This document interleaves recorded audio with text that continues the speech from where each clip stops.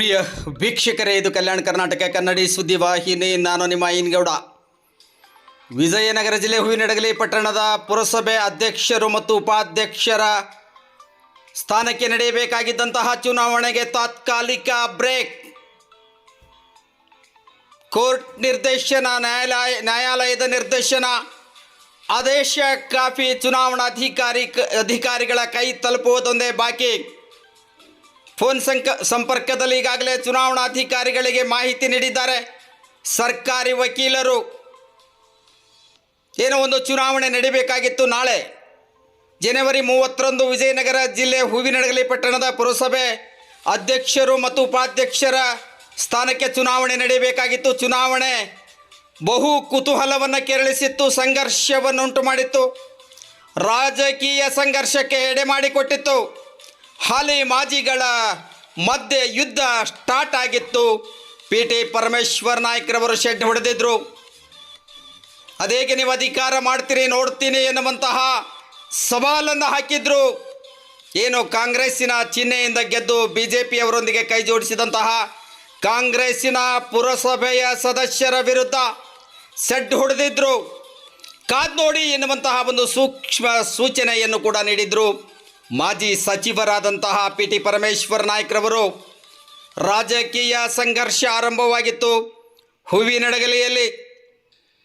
ಏನು ಕಾಂಗ್ರೆಸ್ ಮತ್ತು BJPಯವರು ಸೇರಿಕೊಂಡು ಅಧ್ಯಕ್ಷ ಮತ್ತು ಉಪಾಧ್ಯಕ್ಷ ಸ್ಥಾನಕ್ಕೆ ಚುನಾವಣೆಯನ್ನು ನಡೆಸಬೇಕು ಎನ್ನುವಂತಹ ಒಂದು ಆಕಾಂಕ್ಷೆ, ನಿರೀಕ್ಷೆಯನ್ನಿಟ್ಟುಕೊಂಡು ಈಗಾಗಲೇ 4-6 ದಿನಗಳಿಂದ 13 ಜನ ಪುರಸಭೆ ಸದಸ್ಯರು ಪ್ರವಾಸವನ್ನು ತೆರಳಿದ್ರು. ಈ ಕುರಿತು ಈಗಾಗಲೇ ಕಾಂಗ್ರೆಸ್ ಪಕ್ಷದಿಂದ ಪೊಲೀಸ್ ಠಾಣೆಯಲ್ಲಿ ದೂರು ಕೂಡ ಸಲ್ಲಿಸಲಾಗಿತ್ತು. ಆದರೆ ಪರಮೇಶ್ವರ್ ನಾಯ್ಕರವರು, ಮಾಜಿ ಸಚಿವರಾದಂತಹ ಪರಮೇಶ್ವರ್ ನಾಯ್ಕರವರು ಏನು ಸೂಕ್ಷ್ಮ ಸಂದೇಶವನ್ನು ನೀಡಿದ್ರು, ಕಾದ್ ನೋಡಿ ಎನ್ನುವಂತಹದ್ದನ್ನು, ಅದು ಇವತ್ತು ಬಹಿರಂಗವಾಗಿದೆ. ಕಾನೂನು ತೊಡಕಾಗಿದೆ. ಚುನಾವಣೆ ನಡೆಸಬೇಕಾದಂಥ ಸಂದರ್ಭಕ್ಕೆ, ದಿನಾಂಕಕ್ಕೆ 7 ದಿನ ಮುಂಚಿತವಾಗಿ ಸಂಬಂಧಪಟ್ಟಂತಹ ಪುರಸಭೆ ಸದಸ್ಯರಿಗೆ ನೋಟಿಸ್ ಜಾರಿಯಾಗಬೇಕು ಚುನಾವಣಾಧಿಕಾರಿಗಳಿಂದ. ಆದರೆ ಒಬ್ಬ ಪುರಸಭೆ ಸದಸ್ಯರಿಗೆ ಕೇವಲ ಚುನಾವಣೆ ದಿನಾಂಕ 5 ದಿನ ಇದ್ದಾಗ ನೋಟಿಸ್ ಜಾರಿಯಾಗಿದೆ. 2 ದಿನಗಳ ಕಾಲ ವಿಳಂಬವಾಗಿದೆ. ಅದೇ ಒಂದು ಅಚಾತುರ್ಯವನ್ನು ಮುಂದಿಟ್ಕೊಂಡು ಕೋರ್ಟ್ ಮೆಟ್ಲೇರಲಾಗಿತ್ತು ಕಾಂಗ್ರೆಸ್ಸಿನ ಪುರಸಭೆ ಸದಸ್ಯರು. ನ್ಯಾಯ ಸಿಕ್ಕಿದೆ, ತಾತ್ಕಾಲಿಕ ತಡೆ ಸಿಕ್ಕಿದೆ. ಪುರಸಭೆ ಅಧ್ಯಕ್ಷರು ಮತ್ತು ಉಪಾಧ್ಯಕ್ಷರ ಚುನಾವಣೆಗೆ ಮೇಲುಗೈ ಸಾಧಿಸಿದೆ ಕಾಂಗ್ರೆಸ್. BJP ಏನೋ ಕುತೂಹಲವನ್ನು ತುಂಬಿಕೊಂಡಿತ್ತು. ಪುರಸಭೆ ಅಧಿಕಾರದ ಗದ್ದಿಗೆಯನ್ನೇರಲು ಕುತೂಹಲದಿಂದ ಕಾಯ್ತಾ ಇತ್ತು. ಆದರೆ ತಾತ್ಕಾಲಿಕ ತಣ್ಣೀರೆರ್ಚಿದಂತಾಗಿದೆ. BJPಯ ಅನೈತಿಕ ಮೈತ್ರಿಗೆ ತಾತ್ಕಾಲಿಕ ತಡೆ ಬಿದ್ದಿದೆ.